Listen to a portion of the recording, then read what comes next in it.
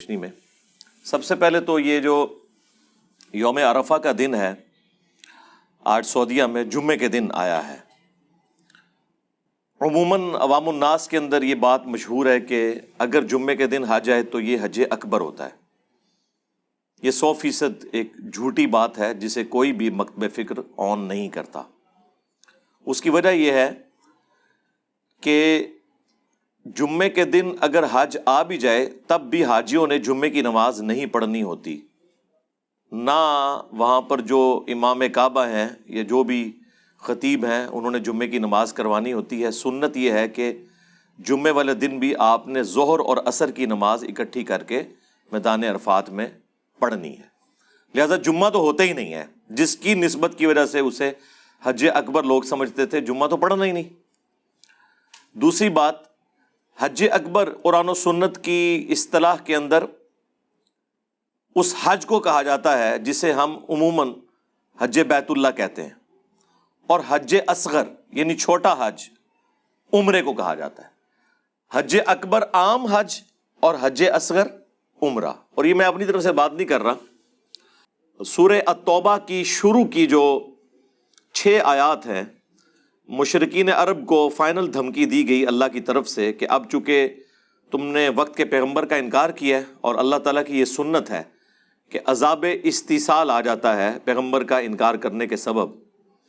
تو اب تم پر عذاب استیصال اس حوالے سے آئے گا کہ 4 مہینے کا ٹائم ہے، جزیرہ نما عرب چھوڑ کر چلے جاؤ یا اسلام قبول کر لو، ورنہ جہاں پائے جاؤ گے قتل کیے جاؤ گے۔ یہی وہ چیز ہے جسے آؤٹ آف کانٹیکسٹ لوگ کوٹ کرتے ہیں کہ جی اسلام کہتا ہے کہ کافروں کو قتل کر دو۔ ایک بات بالکل ڈیفرنٹ تھی، وہ اسپیسیفکلی ان کے لیے تھی جنہوں نے پیس ٹریٹی توڑ بھی دیا،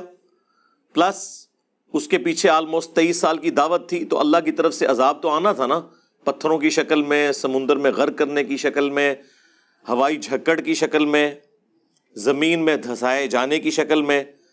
اس کا ایکویلنٹ اس امت کے اندر اللہ تعالیٰ نے صحابہ کی تلواریں مسلط کر دی۔ وہ بھی سورہ توبہ کی آیت نمبر 14 میں موجود ہے کہ اللہ تعالیٰ مسلمانوں تمہاری تلواروں کے ذریعے انہیں عذاب دے گا۔ اس میں غزوہ بدر پہلی قسط تھی مشرکین عرب کے لیے، اور غزوہ حنین آخری قسط تھی، اور پھر رومنز اور پرشینز کے اوپر جنگ یرموک اور قادسیہ وہ بھی اس حوالے سے مسلط ہوئیں۔ اس کا ایک پورا بیک گراؤنڈ ہے، اس کے لیے آپ وحید الدین خان صاحب انڈین اسکالر ہیں، 95 پلس ایج میں فوت ہوئے ہیں پچھلے دنوں، ان کی کتاب ہے اسلام دور جدید کا خالق، وہ آپ دیکھ لیں تو آپ کو یہ ساری حکمتیں اس حوالے سے سمجھ آ جائیں گی انشاءاللہ۔ آج وہ ٹاپک نہیں ہے، میں اسے اسکپ کرتا ہوں۔ بہرحال یہ نبی علیہ السلام کی 2 خصوصیات ہیں کہ آپ کے کیس میں عذاب استیصال اللہ تعالیٰ کی طرف سے ڈائریکٹلی نہیں آیا، بلکہ صحابہ کی تلواریں جہاد اور قتال کی شکل میں مسلط ہوا۔ اور دوسری خصوصیت یہ ہے کہ اللہ کے نبی علیہ السلام کا معجزہ اگلے انبیاء والا نہیں،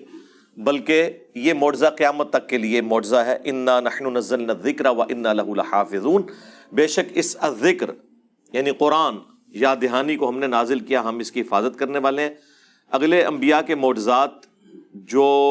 دعوی نبوت والے تھے وہ فزیکل فینامنا آف نیچر کو توڑنے والے تھے، حضرت عیسیٰ علیہ السلام کا مردوں کو زندہ کرنا،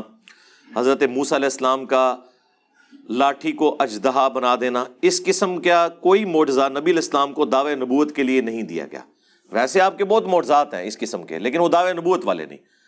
کیونکہ دعوی نبوت والا معجزہ وہ ہونا چاہیے جو قیامت تک کے لیے معجزہ ہو، اور وہ قرآن ہے۔ اس زمانے میں قرآن اس حوالے سے معجزہ تھا کہ شعراء نے اپنے کلام پھاڑ دیے اس کی تاثیر کی وجہ سے، پلس اس کے اندر کئی پروفیسیز تھیں جو پوری ہوئیں، اور کچھ ایسی چیزیں ہیں جو آج کے دور کے اندر جو لیٹسٹ سائنٹیفک فیکٹس ہیں ان کی روشنی میں اسٹیبلش ہوئی ہیں 1960s کے بعد ماڈرن سائنس کی برکت سے۔ تو آج کے دور کے لوگوں کے لیے بھی یہ ایک معجزہ ہے۔ یہ میں نے ضمناً عرض کر دیا۔ تو وہ مشرکین عرب کو جو ٹائم دیا گیا تھا، اس کے بعد ان پر یہ پابندی بھی لگا دی گئی کہ آئندہ سال کوئی بت پرست حج کرنے کے لیے نہیں آئے گا، پلس کوئی ننگا طواف بھی نہیں کرے گا کعبے کا۔ یہ جو قرآن کی آیات نازل ہوئی تھی سورہ التوبہ کی، امیر حج بنا کر 9 ہجری کے اندر حضرت ابو بکر صدیق رضی اللہ تعالیٰ عنہ کو نبی صلی اللہ علیہ وآلہ وسلم نے بھیجا تھا، اور یہ آیات پیچھے سے نازل ہوئیں تو پھر مولا علی علیہ السلام اور چند صحابہ کو ساتھ بھیجا، اور مولا علی کی ڈیوٹی لگائی کہ آپ نے منا کے میدان کے اندر یہ آیات تلاوت کرنی ہے کہ آئندہ کوئی کافر حج نہیں کرے گا۔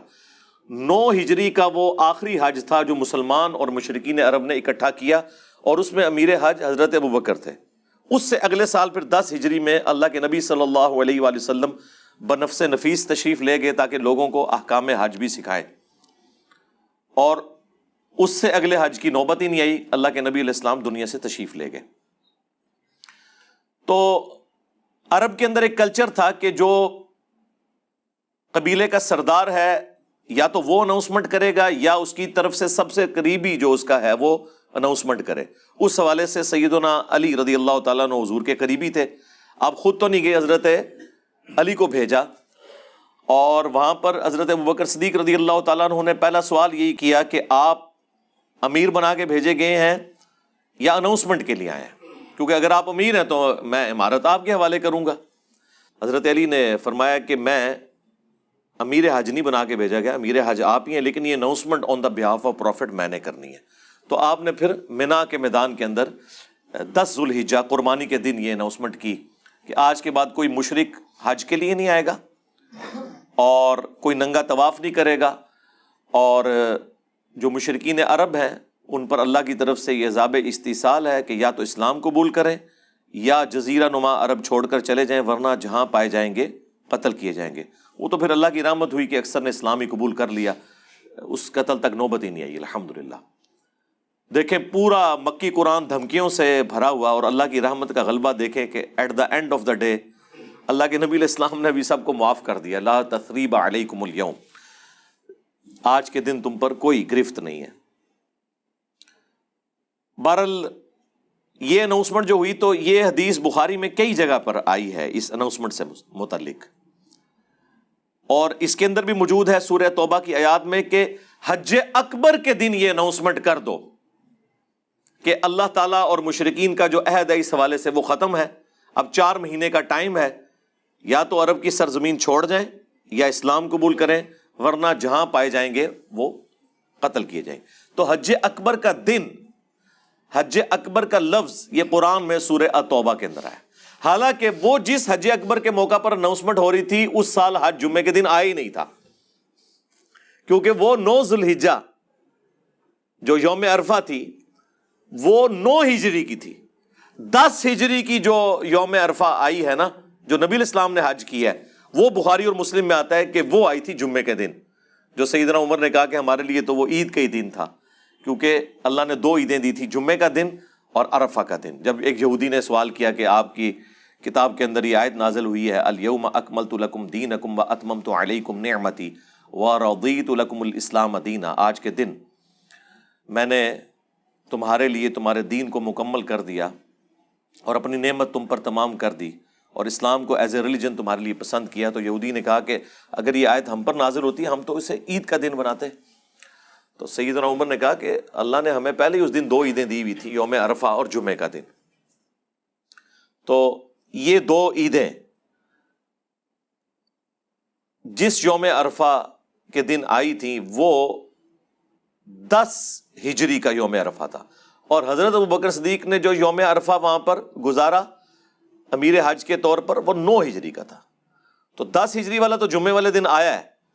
9 ہجری والا جمعے والا دن نہیں۔ یہ تو پاسبل نہیں کہ کنزیکٹو 2 سال اسی طریقے سے ہو، کیونکہ وہ چاند کی گنتی اس اعتبار سے 355 ڈیز، اگر آپ کیلکولیشن کر لیں تو آپ کو اندازہ ہو جائے گا۔ تو حج اکبر کا کانسیپٹ کلیئر ہو گیا۔ صحیح بخاری میں پھر الفاظ موجود ہیں حضرت ابو ہریرہ رضی اللہ تعالیٰ عنہ کے کہ حج اکبر کو حج اکبر اس لیے کہا جانے لگا کہ لوگ عمرے کو حج اصغر کہتے تھے، تو پھر اس جو بڑے حج کو جو حج ہوتا ہے اسے بڑا حج حج اکبر کہا جانے لگا۔ یہ بخاری میں حضرت ابو ہریرہ رضی اللہ تعالیٰ عنہ کا قول موجود ہے،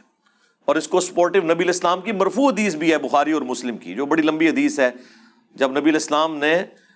قربانی کے دن خطبہ دیا منا کے میدان کے اندر، جس میں آپ علیہ السلام نے فرمایا کہ تمہاری جان، مال، خون ایک دوسرے پر اسی طریقے سے حرمت رکھتے ہیں جس طرح کہ آج کا یہ دن ہے قربانی کا دن، 10 ذوالحجہ کا دن، یہ شہر مکہ ہے اور اس مہینے ذوالحجہ کی حرمت ہے۔ اس میں پھر آپ علیہ السلام نے حج اکبر کا لفظ استعمال کیا کہ یہ حج اکبر کے دن، حالانکہ اس دن تو ہفتے کا دن تھا، جمعے کا دن ہی نہیں تھا، کیونکہ آپ علیہ السلام خطبہ دے رہے تھے یوم النہر کا خطبہ، یوم عرفہ کا خطبہ نہیں تھا یہ، اس سے اگلے دن 10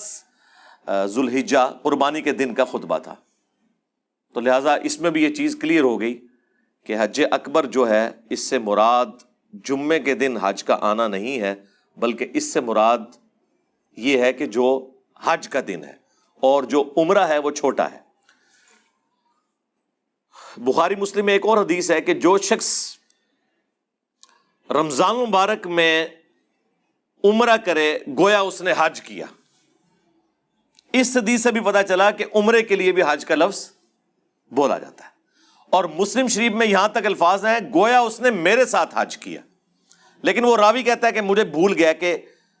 یہ حضور نے بات کی تھی یا نہیں کی تھی، مجھے ایک وہم ہے اس حوالے سے کہ نبی علیہ السلام نے یہ بھی کہا تھا۔ وہ اس کا وہم بالکل درست تھا، کیونکہ سنن نبی داؤد میں پوری سند کے ساتھ یہ حدیث موجود ہے کہ نبی علیہ السلام نے فرمایا جس شخص نے